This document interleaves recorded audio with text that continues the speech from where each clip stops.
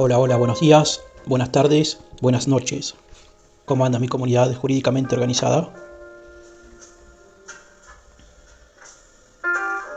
Bien.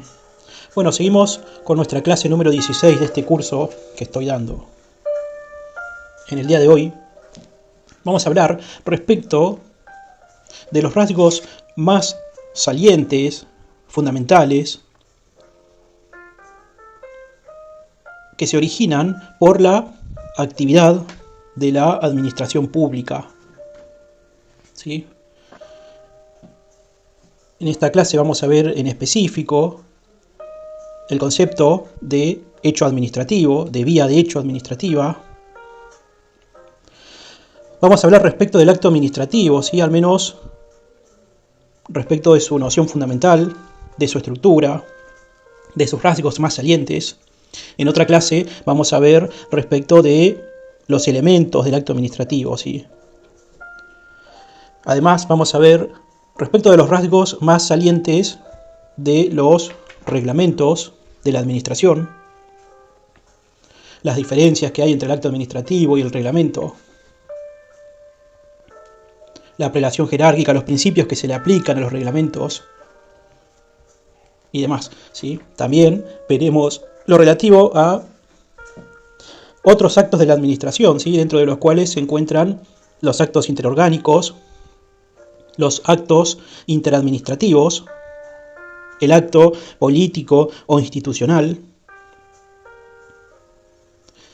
el caso de aquellos actos emitidos por la administración y que son regulados o reglados por, reglados parcialmente por el derecho privado.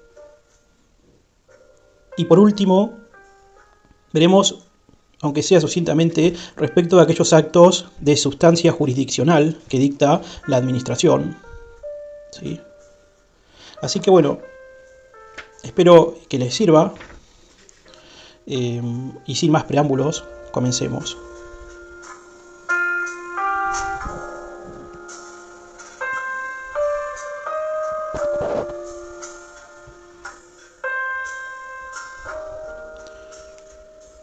Bien, como para comenzar, lo cierto es que una consecuencia fundamental que deriva de adoptar la concepción material sobre la función administrativa es la de permitir la diferenciación dentro del conjunto de actos que emite la administración pública de aquellos actos que traducen el ejercicio de otras funciones o actividades del Estado y que asimismo no ostentan un régimen jurídico homogéneo, ¿sí? Como puede ser el caso, por ejemplo, de aquellos actos jurisdiccionales que dicta la administración. Lo mismo puede decirse de aquellos actos en función legislativa que dicta la administración, ¿sí? Más allá de que actualmente, ¿sí?, en la doctrina moderna del derecho administrativo se le encuentra, ¿sí?, atribuida, se le encuentra reconocida en cabeza del Poder Ejecutivo una función que es una función legislativa, reglamentaria. ¿Sí? No, en un entendimiento moderno, la administración pública no se dedica solo a ejecutar o administrar el país, ¿sí?, ni a ejecutar leyes ni a administrar el país, sino que también tiene entre sus facultades, y entre sus facultades ordinarias, diría, reconocidas incluso constitucionalmente, tiene facultad de reglamentación y facultad legiferante, ¿sí? Lo cierto es que, más allá de que en un sentido finalista o teleológico cabe, postular una concepción unitaria sobre la actividad de la administración pública, en tanto que ésta, debe hallarse siempre orientada a la satisfacción del bien común, lo cierto es que este dato finalista, que en definitiva persigue toda la actividad estatal, no impide formular las precisiones jurídicas conceptuales basadas en la realidad de cada situación que desarrollan los órganos del Estado, ¿sí? Es en ese marco en donde advertimos, ¿sí? Al menos desde la doctrina, distintas categorías, distintas actividades, actos que lleva a cabo la administración y que son de diversa índole. Como primer categoría encontramos a los hechos administrativos, ¿sí? Digamos, en otras palabras, que los hechos desempeñan una importante función en el mundo jurídico en cuanto constituyen la causa que provoca el nacimiento, la modificación, transferencia o extinción de los derechos y obligaciones. En tal sentido, el hecho jurídico puede ser definido como todo acontecimiento que produce un efecto el cual puede asumir carácter humano o provenir de la naturaleza, ¿sí? Los primeros se denominan hechos subjetivos, mientras que aquellos hechos que provienen de la naturaleza, es decir, aquellos hechos naturales, reciben el nombre de hechos objetivos. Bien, dicho esto, los hechos administrativos son aquellos hechos, ¿sí?, de carácter subjetivo, es decir, asumen carácter humano, ¿sí? Digamos entonces que son hechos de carácter subjetivo y constituyen una especie de hecho jurídico signado por caracteres propios, habida cuenta de la necesaria presencia de un órgano estatal para que ellos se configuren, ¿sí? Además, pueden ser definidos como aquellos hechos, como dije, de carácter subjetivo, en donde la presencia de un órgano estatal es clave para su configuración y se traducen en el ejercicio de una actividad física de los órganos administrativos. ¿Sí? Digamos que lisa y llanamente son comportamientos materiales u operaciones, ¿sí?, que traducen, como digo, el ejercicio de una actividad física de los órganos administrativos. Esto, a diferencia, ¿sí?, a contrario sensu de los actos administrativos, ya que aquellos, ¿sí?, son siempre producto de una declaración, es decir, de una exteriorización al plano jurídico de un proceso intelectual, ¿sí? Eso, digamos, son los actos administrativos. Y en cambio, los hechos administrativos son conductas que configuran los hechos administrativos, y son conductas de la administración que pueden ser realizadas en cumplimiento de un acto administrativo dictado con anterioridad, e inclusive hay hechos que permiten discernir la presencia de una voluntad tácita de la administración. Bien, eso respecto de hechos administrativos, ¿sí? Lo cierto es que, además, los hechos naturales o hechos objetivos, ¿sí?, que son aquellos que provienen de la naturaleza, tales como puede ser el tiempo, el espacio, las medidas de las cosas, también interesan al derecho administrativo, ¿sí?, porque son datos del mundo real, que si bien no poseen valor jurídico en sí mismos, son la medida que integran elementos de hechos jurídicos. Por ejemplo, respecto del tiempo, este está relacionado en cuanto al modo de computar los intervalos del derecho, y específicamente en lo relativo a la caducidad y prescripción, como al plazo concebido en una cláusula accesoria del acto administrativo. Respecto del espacio, nos sirve para clasificar la competencia en razón del territorio, sirviendo para el deslinde de atribuciones entre entidades que tienen establecido un marco geográfico que limita el ámbito de potestades administrativas. En cuanto a las medidas de las cosas, este ha debido de ser regulado por el derecho sustancial, objetivo, el cual ha adoptado como sistema de pesas y medidas al sistema métrico decimal, de aplicación obligatoria en todos los contratos y transacciones comerciales que se celebren en el país. Bien, entonces, rebobinando, ¿sí? Tenemos como género el hecho jurídico, ¿sí? Dijimos que el hecho jurídico es todo acontecimiento que produce efectos, ¿sí? Los mismos pueden asumir carácter humano, en cuyo caso serán hechos subjetivos, o pueden asumir, digamos, pueden provenir de la naturaleza, en cuyo caso serán hechos objetivos, ¿sí? Respecto de los hechos subjetivos, ¿sí? Se encuentran los hechos administrativos, ¿sí? En cuanto los mismos son atribuidos, son configurados por digamos, un órgano estatal, ¿sí? Y pueden ser definidos como aquellos comportamientos materiales u operacionales que traducen el ejercicio de una actividad física de los órganos administrativos, ¿sí?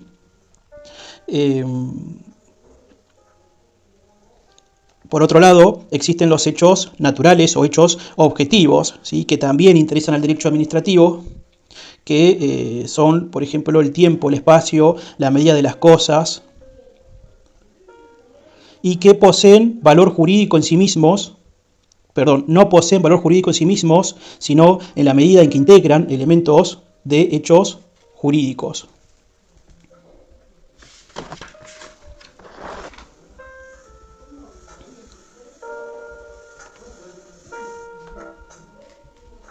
Bien, dicho esto,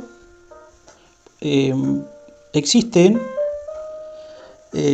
dentro de los hechos subjetivos, ¿sí? Dentro de los hechos administrativos subjetivos, una categoría llamada vías de hecho administrativas, ¿sí? Lo cierto es que estas pertenecen al campo de la ilegitimidad, ¿sí? Y comprenden básicamente todos aquellos comportamientos materiales que, sin alcanzar a configurar una declaración, implican una grosera o grave violación del ordenamiento jurídico, ¿sí? Bueno, a título enunciativo, en el orden nacional, nuestra Ley Nacional de Procedimiento Administrativo nos nombra, ¿sí?, dos supuestos de vía de hecho. Esto lo hace en el artículo 9, ¿sí? Bueno, básicamente dice: la administración se abstendrá de comportamientos materiales que importen vías de hecho administrativas lesivas de un derecho o garantía constitucional. Y B, de poner en ejecución un acto estando pendiente algún recurso administrativo de los que en virtud de norma expresa impliquen la suspensión de los efectos ejecutorios de aquel o que, habiéndose resuelto, no hubiere sido notificado. ¿Sí? Resulta evidente que la lesión que la configura, ¿sí?, debe implicar un ataque efectivo, debe implicar un comportamiento material proveniente de la administración, ¿sí?, que como tal sea tangible y que no basta con una lesión potencial ni con una mera amenaza de sufrir un perjuicio. Bien, bueno, dicho esto, pasemos ahora a hablar respecto del acto administrativo. Lo cierto es que existe una teoría del acto administrativo, ¿sí? Es una teoría dentro de todo relativamente coherente, relativamente acabada, que se encuentra, aunque de manera imprecisa, reconocida en nuestra Ley Nacional de Procedimiento Administrativo, y que nos demuestra que su elaboración, su desarrollo, ha tenido en cuenta no solo el interés público que el Estado persigue al extender sus efectos a los administrados y terceros, sino también, y en una buena medida, ha extendido su elaboración y desarrollo respecto de las garantías debidas al administrado que surgen del sometimiento de la administración pública a determinados principios y reglas jurídicas que, tanto justas y razonables, poseen legitimidad. ¿Sí? En primer término, debemos decir que el acto administrativo se diferencia respecto de los actos interorgánicos e interadministrativos, en tanto estos últimos no trascienden, ¿sí?, de manera inmediata a los administrados y terceros, ¿sí? Digamos que el acto administrativo, por antonomasia, se proyecta al plano externo por efecto de la exteriorización de la voluntad del órgano estatal, ¿sí? Es de ese modo en que se produce el proceso. Por ello, el acto administrativo constituye una declaración de voluntad, ¿sí?, habida cuenta de que traduce el mundo exterior un proceso de tipo intelectual, ¿sí? Esto a diferencia de los meros hechos administrativos, incluso de las vías de hecho, ¿sí?, los cuales, digamos, estas dos últimas consisten, como dije, en comportamientos materiales que implican una actividad física de la administración, ¿sí? Mientras que el acto administrativo, como he dicho, constituye una declaración, ¿sí?, y que traduce al mundo exterior un proceso de tipo intelectual, ¿sí? Bueno, dentro del concepto de declaración de voluntad, ¿sí?, se comprenden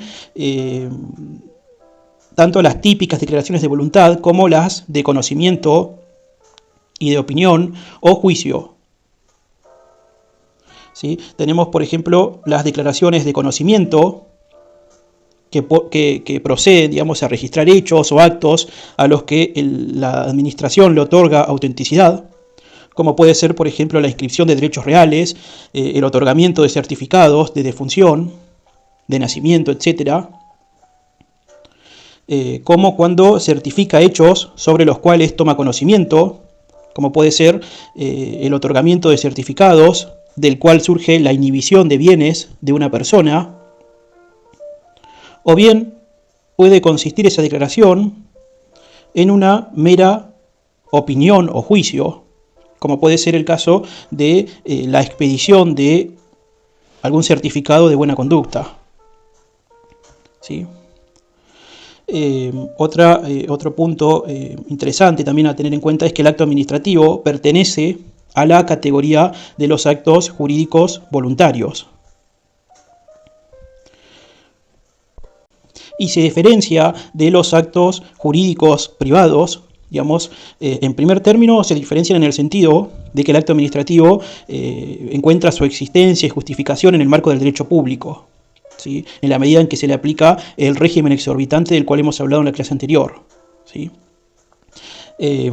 Asimismo, en el derecho privado, ¿sí?, el acto jurídico privado adquiere condición de acto jurídico en cuanto la declaración voluntaria, ¿sí?, que realiza determinado sujeto se encuentra encaminada a producir una modificación del orden jurídico de manera inmediata, ¿sí? En cambio, en el derecho público, el acto administrativo abarca un espectro mucho más amplio, ¿sí?, en el sentido de que aquellas declaraciones de voluntad que realiza la administración no persiguen producir una modificación del orden jurídico de manera inmediata,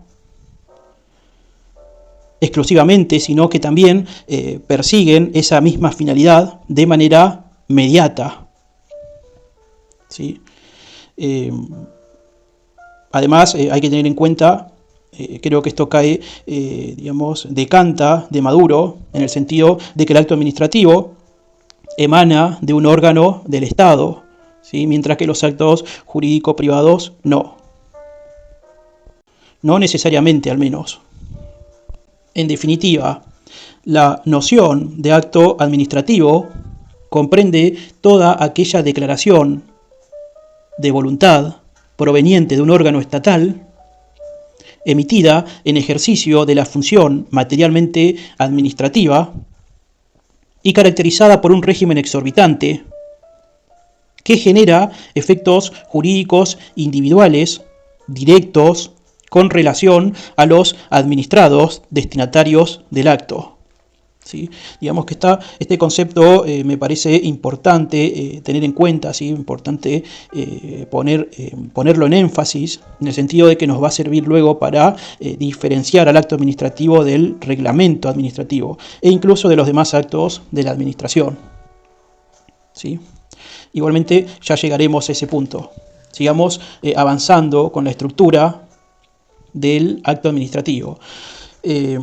Al respecto debo decir que no existe un acuerdo acabado, ¿sí?, respecto de si en la noción de acto administrativo se encuentra, comprendida aquella declaración unilateral de volición, de cognición, de juicio o de opinión que realice la administración, o si también se incluyen dentro de la noción de acto administrativo a aquellos actos cuya estructura fuera bilateral, en tanto participe la voluntad del administrado en la declaración jurídica.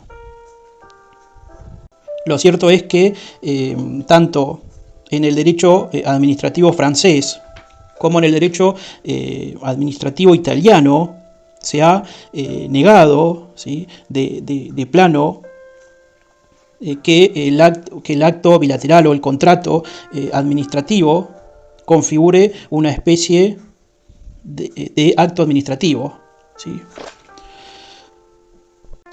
Lo cierto es que en nuestra doctrina, ¿sí?, entre los cuales se encuentra Juan Carlos Casagne, nos tiene dicho que las diferencias que pueden existir entre los contratos y los actos unilaterales no justifican en nuestro derecho administrativo la configuración de géneros diferentes, pues tal como acontece en el derecho privado, ambas categorías son especies del acto jurídico. Por consecuencia, todo contrato celebrado por el Estado en ejercicio de funciones administrativas constituye esencialmente un acto jurídico administrativo, ¿sí?, a los cuales se le aplicarán los principios de la teoría general del acto administrativo, en lo que tiene que ver con respecto a sus elementos, nulidades, vicios, en cuanto a su extinción, más las peculiaridades que hacen a la figura contractual. Bien, al respecto de nuestra jurisprudencia local, ¿sí?, la Cámara Nacional en lo Contencioso Administrativo Federal, Sala 4, el 27 de abril de 1982, dijo que, abro comillas, los contratos administrativos son actos administrativos en la medida que les son aplicables los principios de su teoría general. Bien. Eso respecto a la conformación del acto, ¿sí? Digamos que en cuanto su formación se incluye dentro del género acto administrativo tanto los actos de carácter unilateral emanados de la administración como aquellos actos bilaterales, ¿sí?, en donde participa la voluntad del administrado junto con la voluntad de la administración, ¿sí? Pero esta unilateralidad o bilateralidad del acto administrativo no solo se expresa en el ámbito de la formación del acto administrativo, ¿sí?, sino que también puede expresarse respecto de los efectos, ¿sí? Como ejemplo puedo citar, el caso del permiso del dominio público. Digamos que el permiso del dominio público constituye un acto de formación bilateral, ¿sí?, pues la declaración se integra con el concurso de dos voluntades que se funden, pero sus principales efectos o consecuencias son unilaterales, ¿sí?, en el sentido de que sus consecuencias recaen sobre el permisionario, ¿sí? ¿Sí? Igualmente esta distinción acerca de la unilateralidad o bilateralidad en la formación y respecto de los efectos de los actos administrativos, esto se ha tratado en la Corte Suprema de Justicia de la Nación, ¿sí?, en el fallo Metal Mecánica, Sociedad Anónima contra Gobierno Nacional, ¿sí? Es en este caso en donde nuestra Corte Suprema expuso que si la voluntad del interesado debía expresarse para su incorporación a un régimen, desde el momento en que ella era aceptada, otra voluntad, la de la administración pública juntamente con la voluntad del particular, dan origen a un acto administrativo bilateral en su formación y también en sus efectos, pues el pedido del interesado de acogerse a un régimen constituye un presupuesto esencial de la existencia del acto, que también resulta bilateral en sus efectos, si de la concurrencia de voluntades emergen derechos y obligaciones para ambas partes. Bien, esto es lo que dijo nuestra Corte Suprema en el fallo Metal Mecánica S.A. contra el Gobierno Nacional. ¿Sí? Otro punto importante que tiene que ver con el acto administrativo es respecto de sus efectos. ¿Sí? Digamos que a diferencia de lo que ocurre con los llamados actos interorgánicos o internos de la administración, los actos administrativos producen efectos en el plano externo respecto de la administración, es decir, frente a los administrados o terceros. ¿Sí? Digamos que en el acto administrativo lo esencial para tipificar el efecto jurídico causado es que el mismo se produzca en forma directa, quedando, por tanto, fuera del concepto de acto administrativo los actos carentes de efectos jurídicos, como puede ser una mera declaración de felicidad, de felicitación, y aquellos otros que solo repercuten indirectamente en la esfera de los administrados, como son o como constituyen los meros actos internos de la administración o los actos interorgánicos e interadministrativos. En suma, el dato del carácter jurídico directo del efecto del acto administrativo ha de vincularse a un destinatario ajeno a la administración, ¿sí? Por cuya causa solo se concibe la existencia del acto administrativo cuando sus efectos alcanzan la esfera jurídica de los administrados o terceros. Por administrados o terceros, destinatarios del acto se entienden las personas físicas, las personas jurídicas de carácter privado y las personas públicas no estatales. Otro dato saliente, ¿sí?, respecto del acto administrativo es que son actos, en principio, actos de alcance individual, ¿sí?, no de alcance general. Digamos que va de suyo que aquellos actos de carácter general, ¿sí?, y abstracto son o pertenecen los reglamentos, por lo que cabe excluir del concepto de acto administrativo a los reglamentos, ¿sí?, ya que su carácter abstracto y general denota su pertenencia al ámbito de las actividades legislativas en sentido material de la administración. Bien, recapitulando, respecto de lo dicho hasta aquí, podemos conceptualizar al acto administrativo como toda declaración de un órgano estatal en ejercicio de la función materialmente administrativa y caracterizada por un régimen exorbitante que produce efectos jurídicos individuales en forma directa con relación a los administrados o terceros destinatarios del acto. ¿Sí? Bueno, pasemos ahora a analizar los reglamentos. ¿Sí? Como he dicho, la concepción jurídica del reglamento proviene desde el proceso constitucionalista como consecuencia de la aplicación del principio de la separación de poderes. Digamos que dentro del esquema del siglo XIX, la ley formal y material tenía primacía absoluta en todos los casos sobre el reglamento, ¿sí?, ya que en otros términos una ley, ¿sí?, en sentido formal y material, es decir, una ley emanada del Congreso, traducía al menos la expresión de voluntad general a la que se le adjudicaba el carácter de soberana. Es en ese marco en donde la actividad reglamentaria del Poder Ejecutivo se consideraba parte de la función de ejecutar las leyes, ¿sí? Asimismo, con posterioridad, ¿sí?, incluso más actualmente en el renacer de las funciones del Poder Ejecutivo, operado en nuestro tiempo, se ha provocado el surgimiento de otras formas jurídicas de expresión de la actividad reglamentaria, ¿sí? Expresiones que desplazan la vigencia de aquel principio que limitaba la actividad de la administración pública a la mera ejecución de una ley formal, ¿sí?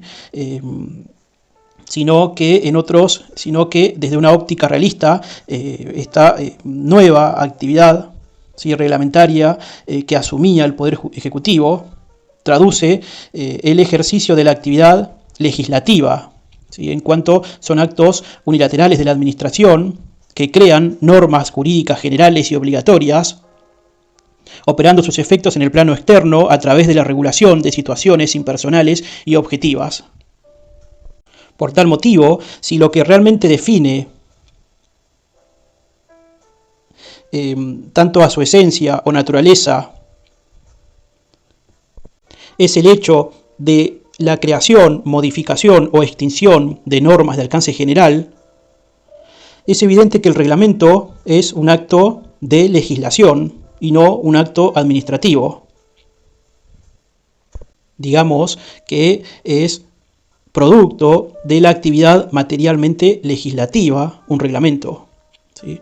Igualmente, vale decir, ¿sí?, que en nuestra Ley Nacional de Procedimiento Administrativo, el reglamento aparece considerado como un acto administrativo de alcance general, ¿sí?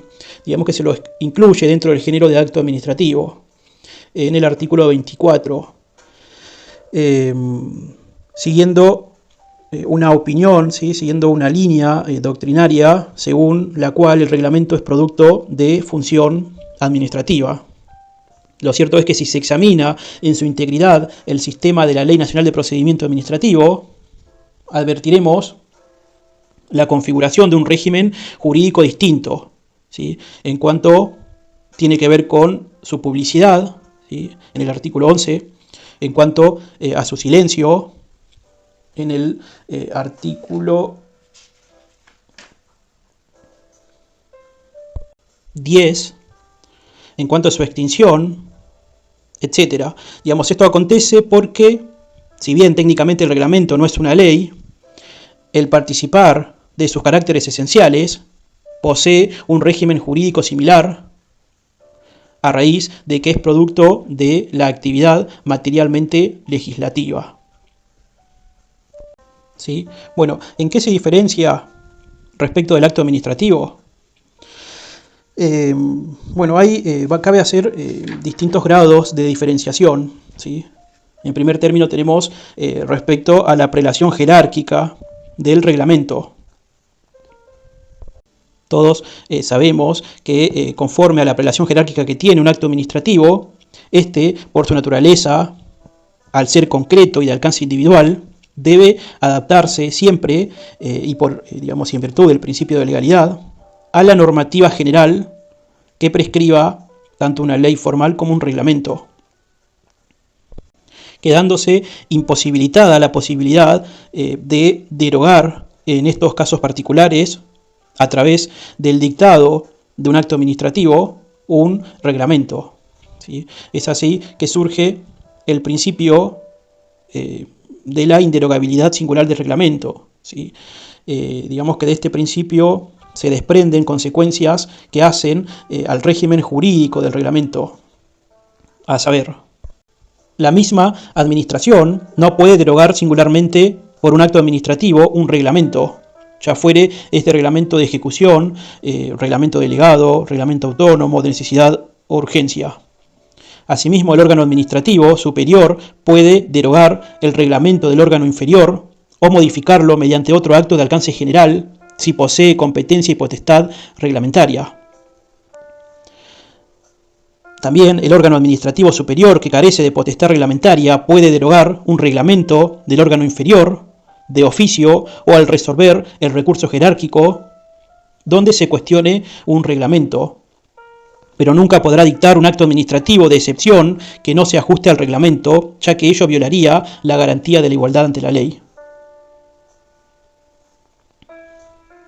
En síntesis, existe una prelación jerárquica superior por parte del reglamento respecto del acto administrativo, ¿sí?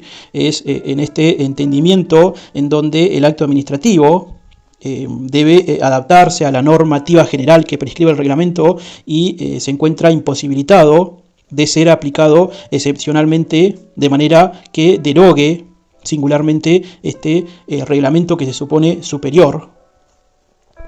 Otra diferencia que se puede advertir tiene que ver con el régimen de publicidad, ¿sí? Digamos que el reglamento adquiere vigencia por principio mediante la publicación, ya que al trasuntar el ejercicio de la función materialmente legislativa, se torna imprescindible el cumplimiento de un postulado constitucional básico en todo Estado de Derecho, que es el de la igualdad ante la ley, ¿sí? En cambio, el acto administrativo, que posee siempre alcance individual, cobra publicidad a través de la notificación, la cual debe realizarse siempre en forma personal y fehaciente. Otra diferencia que existe respecto del reglamento y el acto administrativo o se da en materia de extinción, ¿sí? Digamos que los reglamentos participan del mismo régimen que las leyes, en el sentido de que ningún derecho particular puede impedir su derogación. Los reglamentos son, por tanto, esencialmente revocables en sede administrativa, principio que resulta opuesto al que rige los actos administrativos, que en principio gozan de estabilidad, ¿sí? De ese modo, debemos concluir que el sistema de revocación que contienen las normas de la Ley Nacional de Procedimiento Administrativo solo son aplicables a los actos administrativos de alcance individual. Otra diferencia es que tampoco se aplican a los reglamentos las disposiciones sobre silencio administrativo, ya que por su propia naturaleza, pues, no puede haber actos generales tácitos de denegatoria,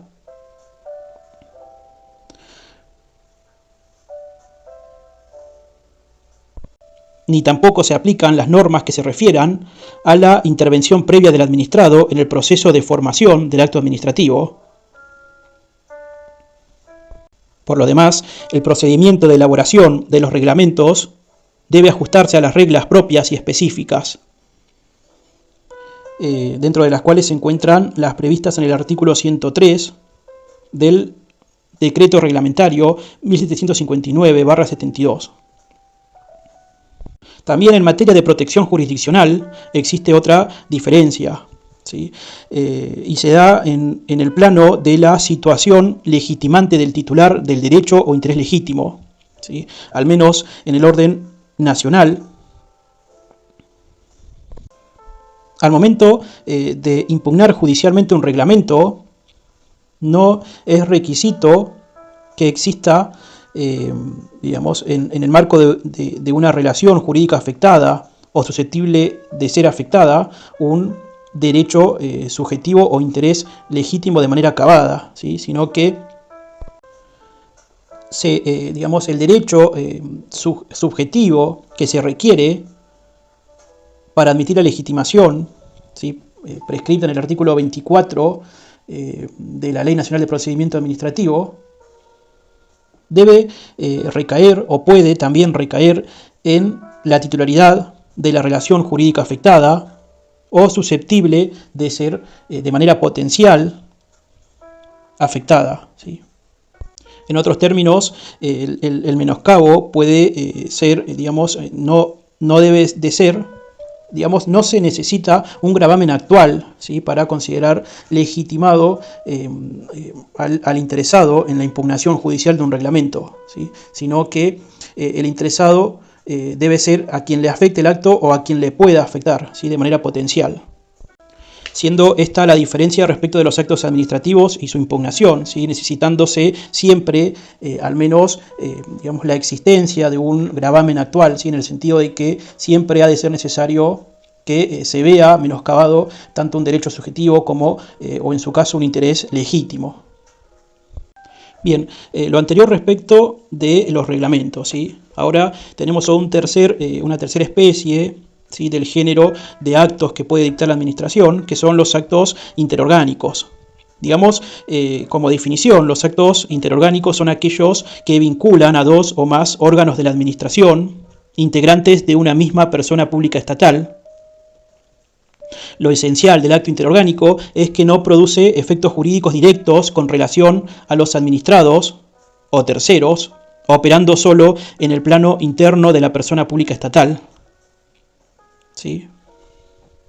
Trátase de una actividad que siempre es jurídica y que se caracteriza por un régimen especial, influido por el principio de unidad de acción, puesto que en el seno de una entidad no puede admitirse la existencia de voluntades contrapuestas o la mera acción contradictoria de los órganos estatales en el campo de la llamada administración activa. ¿Sí? Bueno, las relaciones interorgánicas que dan origen a los actos internos de la administración se clasifican básicamente de la siguiente manera. ¿Sí? Por un lado existen los actos de colaboración, de conflicto, de jerarquía, los consultivos y de control. ¿Sí? De colaboración tenemos, por ejemplo, a las meras propuestas, en el caso de los actos de conflicto, cuando se regulan las cuestiones de competencia, o se suscitan, digamos, la resolución de alguna cuestión de competencia, o en el caso de los actos internos de jerarquía, cuando se emiten circulares e instrucciones, en el caso de los actos internos consultivos, cuando se expiden dictámenes, y en el caso de los actos internos de control, se da en el caso, por ejemplo, en la observación del Tribunal de Cuentas. ¿Sí? Lo cierto es que a este tipo de relaciones jurídicas se les aplican supletoria o analógicamente, según el caso, las normas y principios que informan el régimen del acto administrativo, con algunas peculiaridades. ¿Sí? Por ejemplo, no rige en toda su dimensión el carácter de la ejecutoriedad. ¿Sí? Tampoco se aplica el principio de la estabilidad del acto administrativo. Respecto a su régimen de publicidad también cambia, en el sentido de que no se requiere una notificación personal, ni tampoco una publicación, sino que basta con el mero conocimiento de su destinatario. En principio son irrecurribles, excepto cuando digamos, causan una afectación al estatus jurídico de la persona física que integre ese órgano, y tampoco son susceptibles de impugnación. Igualmente se reconocen algunas excepciones, ¿sí? Excepciones tales como puede ser la que se da en el marco de un conflicto de competencia, en la que se da cuando hay un acto de control, ¿sí? Digamos que esos actos pueden ser recurridos en sede administrativa, cuando adolezcan de nulidad, o cuando hubieran actos que afectan, como hemos dicho, derechos de los agentes públicos. Digamos que entonces la impugnación tiene estas digamos, excepciones, ¿sí? Perdón, la impugnación, que en principio no se acepta, tiene o reconoce estas excepciones. Otra especie, ¿sí?, de actos de la administración que existen son los actos interadministrativos. ¿Sí? Digamos, por relación jurídica interadministrativa hay que entender aquella que vincula a dos o más personas públicas estatales, ya se trate del Estado en sentido lato, nación o provincia, o de cualquiera de las personas jurídicas públicas estatales que constituyen entidades descentralizadas, poseedoras de personalidad jurídica propia. La característica peculiar que tiene esta clase de relación se desprende de un principio que constituye uno de los pilares de la actuación estatal, vinculándose a la necesidad de respetar la unidad del poder dentro de cada esfera de gobierno. Como ejemplo de relaciones jurídicas interadministrativas tenemos aquellas relaciones que pueden darse entre entidades estatales pertenecientes a una misma esfera de gobierno, ¿sí? Por ejemplo, entre entidades nacionales o federales, ¿sí? Por ejemplo, entre entidades provinciales y asimismo entidades provinciales, ¿sí? Otro tipo de relación que puede darse son aquellas relaciones entre distintas esferas de competencia constitucional. por ejemplo, entre entidades nacionales y entidades pertenecientes a las provincias. Bien, otro acto de la administración pública, otra especie, es el acto institucional. ¿Sí? Digamos que el acto institucional es aquel producto de la llamada función gubernativa o política que tienen los órganos superiores del Estado respecto de aquellas relaciones que hacen a la subsistencia de las instituciones esenciales que organiza la Constitución, tanto en el plano de derecho público interno como en el concerniente al derecho internacional público. Lo cierto es que al respecto hay una postura, ¿sí? Una postura doctrinaria que, alega que estos actos institucionales o actos llamados de gobierno no se diferencian en nada respecto de los actos administrativos y que por tanto son actos justiciables. Por cierto, me olvidaba de aclarar que un rasgo saliente, un rasgo peculiar que caracteriza al acto institucional es que los mismos son en principio irrevisables judicialmente. ¿Sí? Lo cierto es que su campo de irrevisibilidad ha quedado reducida al campo de las cuestiones exentas de contralor judicial y que son aquellas que se hallan, en juego al momento de aplicar principios y normas constitucionales vinculadas a la organización y subsistencia del Estado y que siempre y cuando carezcan de efectos jurídicos directos sobre los particulares o administrados. ¿Sí? La doctrina señala que estos actos pueden ser emitidos, en principio discrecionalmente, pudiéndolos dictar tanto el órgano ejecutivo, ¿sí? Su cabeza, como la cabeza del órgano legislativo y la cabeza del órgano judicial. Bueno, ¿qué actos son actos institucionales o políticos? Bien, tenemos distintos actos. ¿Sí? Tenemos, por ejemplo, la declaración de intervención federal a las provincias, tenemos la declaración del estado de sitio, tenemos la designación de diputados y senadores, tenemos lo referente al nombramiento de los jueces de la Corte Suprema. Otros actos pueden ser, por ejemplo, la declaración de guerra que efectúa el Poder Ejecutivo y todos los actos dictados en ejercicio de los poderes militares del presidente que emergen de su carácter de comandante de las Fuerzas Armadas. Tenemos a la concertación de determinados tratados internacionales, de paz, de alianza, de neutralidad, de límites, concordatos.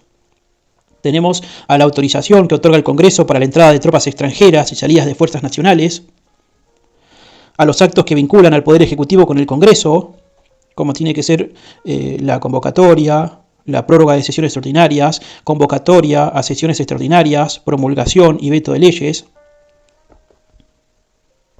¿Sí? Bien, como digo, son actos que en principio se encuentran fuera del control que realizan los jueces. ¿Sí? Pero esto respecto a su declaración, ¿sí? No respecto a su ejecución. Tiene dicho la jurisprudencia que los jueces pueden, ¿sí? Controlar respecto de la ejecución, ¿sí? Que se lleva a cabo de esa declaración de acto. ¿Sí? Incluso los jueces pueden ejercer un control de razonabilidad sobre los actos dictados por el Poder Ejecutivo en uso de sus atribuciones. ¿Sí?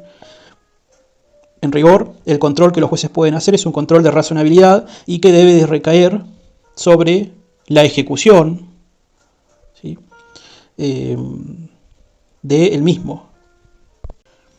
También tenemos dentro de este género, ¿sí? de actos de la administración pública a los actos emitidos por la administración, reglados parcialmente por el derecho privado. ¿Sí? Lo cierto es que en este ámbito, en este contexto, se imponen dos posturas. ¿Sí? Una postura que básicamente supone reducir todo acto digamos, que incluya dentro de sus elementos incluso regímenes de derecho privado a actos, al género de actos administrativos, ¿sí? Tenemos esa postura, digamos, que no los diferencia, digamos, que dice o que postula que aquellos actos de la administración reglados parcialmente por el derecho privado son parte del acto administrativo, ¿sí?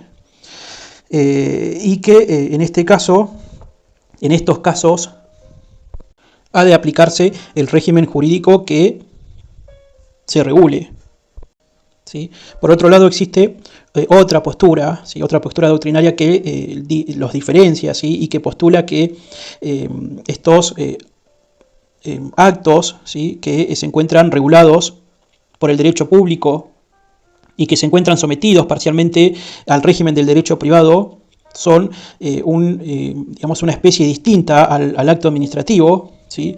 Y que deben de ser llamados como actos mixtos o actos civiles de la administración. Bueno, esta última es la postura, ¿sí? Que asume Juan Carlos Casall, ¿sí? Y que en efecto, para lograr diferenciar, ¿sí? Estos actos mixtos o civiles de la administración respecto del acto administrativo, hay que tener en cuenta como fundamental elemento el fin, ¿sí? El fin y la forma. Si bien el acto mixto o el acto civil de la administración posee un fin de bien común, este fin es un fin mediato, en donde el Estado actúa en la esfera del derecho civil o comercial con fines netamente industriales o comerciales, ¿sí? ¿Cuáles son las consecuencias a las que se pueden arribar, ¿sí? Al momento de reconocer la categoría de los llamados actos civiles o mixtos de la administración o actos de objeto privado de la misma? Bueno, ¿cuáles son las consecuencias? Es que su régimen jurídico excluye las prerrogativas de poder público que traduce la supremacía estatal, ¿sí? Respecto del objeto o el contenido del acto se encuentra sometido al derecho privado y la competencia al derecho público. La forma y el fin inmediato que persigue el acto se hallarán regidos por el derecho privado, sin perjuicio de la aplicación del derecho administrativo a texto expreso y no por analogía. También las normas privadas se aplican directamente al régimen del respectivo acto por el procedimiento de subsidiariedad, excluyendo en principio la aplicación analógica, la cual solo procede cuando se tratare de integrar una laguna o vacío del régimen y en tanto fuere pertinente acudir a ella. En el orden nacional, la competencia para conocer las causas que versen sobre estos actos corresponde al fuero civil y comercial de la justicia federal y no al contencioso administrativo, ¿sí? Bueno,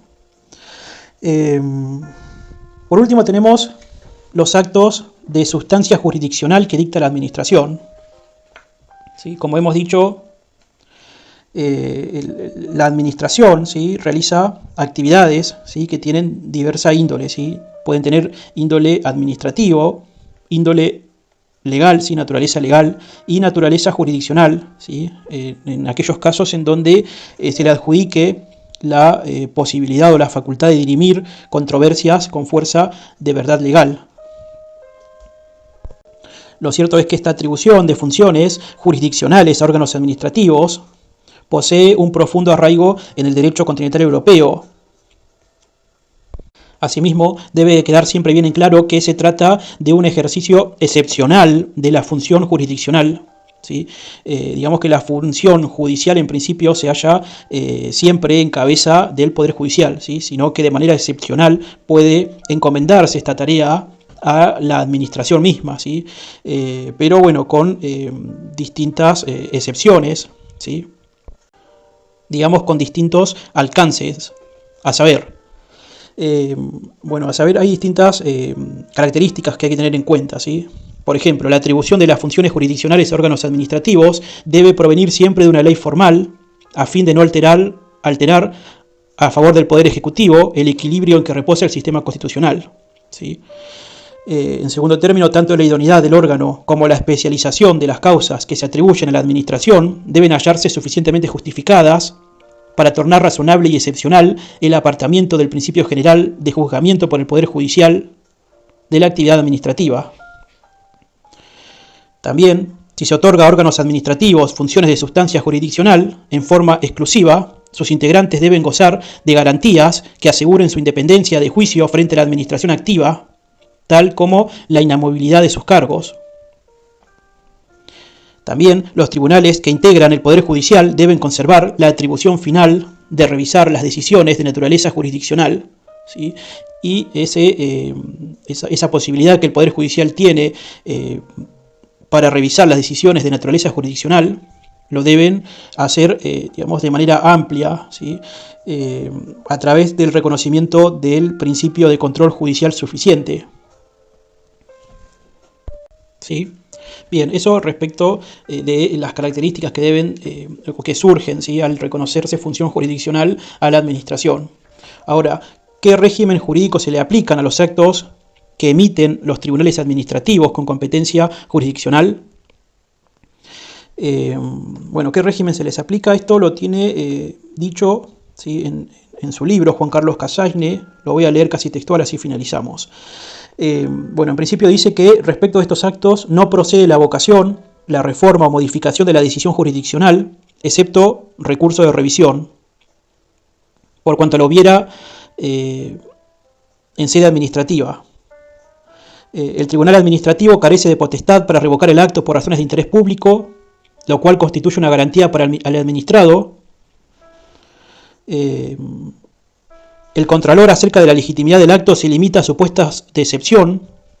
En este sentido, el Reglamento Nacional, en el artículo 99, digamos el reglamento del 1759 del 72, limita el control sobre la juridicidad del acto a los supuestos en que mediare manifiesta arbitrariedad, grave error o gruesa violación del derecho. Y por último, los tribunales administrativos gozan de la autoridad de la cosa juzgada formal, no pudiéndose revocar la respectiva decisión, salvo mediante el juego de los recursos jurisdiccionales ante la justicia. ¿Sí? Bueno, querido oyente, espero que te haya servido. Disculpa si me excedí un poco en el tiempo.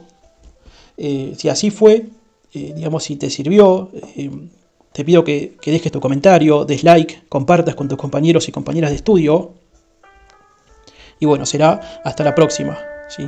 Saludos.